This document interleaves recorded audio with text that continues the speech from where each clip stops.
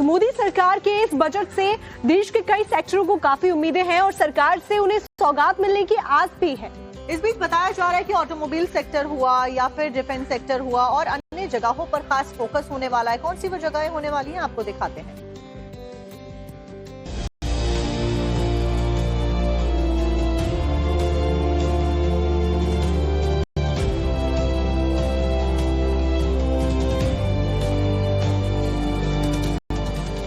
देश की जीडीपी में 7% की हिस्सेदारी रखने वाला ये ऑटोमोबाइल सेक्टर अब टकटकी लगाए वित्त मंत्री निर्मला सीतारमण की ओर देख रहा है। सबसे बड़ा सवाल ये कि आज आने वाला बजट भारत को ग्लोबल ऑटो हब बनाने की पक्की नींव रखेगा।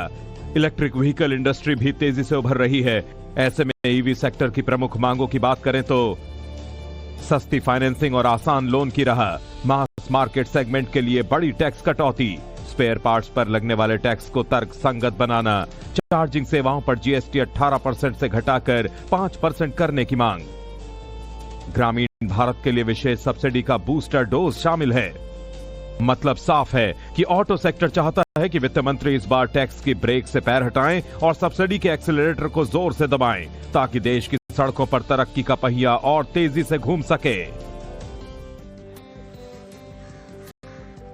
ऑपरेशन सिंदूर की अभी धमक शांत भी नहीं हुई थी कि मोदी सरकार ये कई बार कह चुकी है कि ऑपरेशन सिंदूर अभी जारी है। तो ऐसे में दुश्मनों के लिए ये मैसेज लाउड एंड क्लियर है कि अगर कोई भी दुश्मन आंख दिखाएगा तो उसे जवाब क्लियर कर दिया जाएगा। इस बार का बजट न सिर्फ 2047 के विकसित भारत की नींव को मजबूत करेगा बल्कि भारत की सैन्य ताकत को बढ़ाने वाला बजट साबित हो सकता है। कयास लगाए जा रहे हैं कि वित्त मंत्री इस बार रक्षा बजट के लिए खजाना खोल देंगी।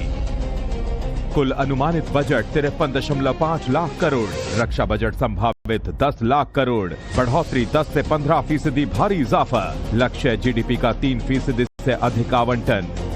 इसीलिए इस बजट में 3 लाख करोड़ का राफेल सौदा टॉप प्रायोरिटी पर है। साथ ही सुखोई 30 का अपग्रेडेशन और सफरान डीआरडीओ के बीच एयरक्राफ्ट इंजन बनाने की डील को हरी झंडी मिल सकती है। 114 नए राफेल फाइटर जेट्स डील का रास्ता साफ हो सकता है। हवा में ईंधन भरने वाले नए रिफ्यूलर विमान खरीदे जा सकते हैं। आसमान की आंख यानी AWACS सिस्टम में इजाफा संभव है। स्वदेशी ड्रोन और काउंटर ड्रोन तकनीक को विस्तार मिल सकता है। चुनौती सिर्फ जमीन और आसमान पर नहीं, समंदर में भी है। चीन की बढ़ती मौजूदगी, पाकिस्तान की आतंकी साजिश और बांग्लादेश के बदलते हालातों ने भारत को 3 फ्रंट वॉर की रणनीति पर सोचने पर मजबूर कर दिया है। ऐसे में हिंदुस्तान का प्रोजेक्ट 75 ही दुश्मन मुल्क की चुनौतियों का मुंह तोड़ जवाब दे सकता है, क्योंकि इस बजट के जरिए स्वदेशी पनडुब्बियों का निर्माण और न्यूक्लियर बैलिस्टिक मिसाइल सबमरीन पर निवेश का रास्ता साफ हो सकता है। देश की मोदी सरकार का विजन साफ है। हथियार अब सिर्फ खरीदे नहीं जाएंगे बल्कि भारत में भी बनाए जाएंगे। 7 सेनाओं के बीच बेहतर तालमेल के लिए थिएटर कमांड को फंड देने की तैयारी है। यानी 1 फरवरी को जब वित्त मंत्री बजट का पिटारा खोलेंगी तो उसमें सिर्फ अर्थव्यवस्था का रोड मैप नहीं बल्कि एक सुपर पावर भारत की सुरक्षा गारंटी होगी।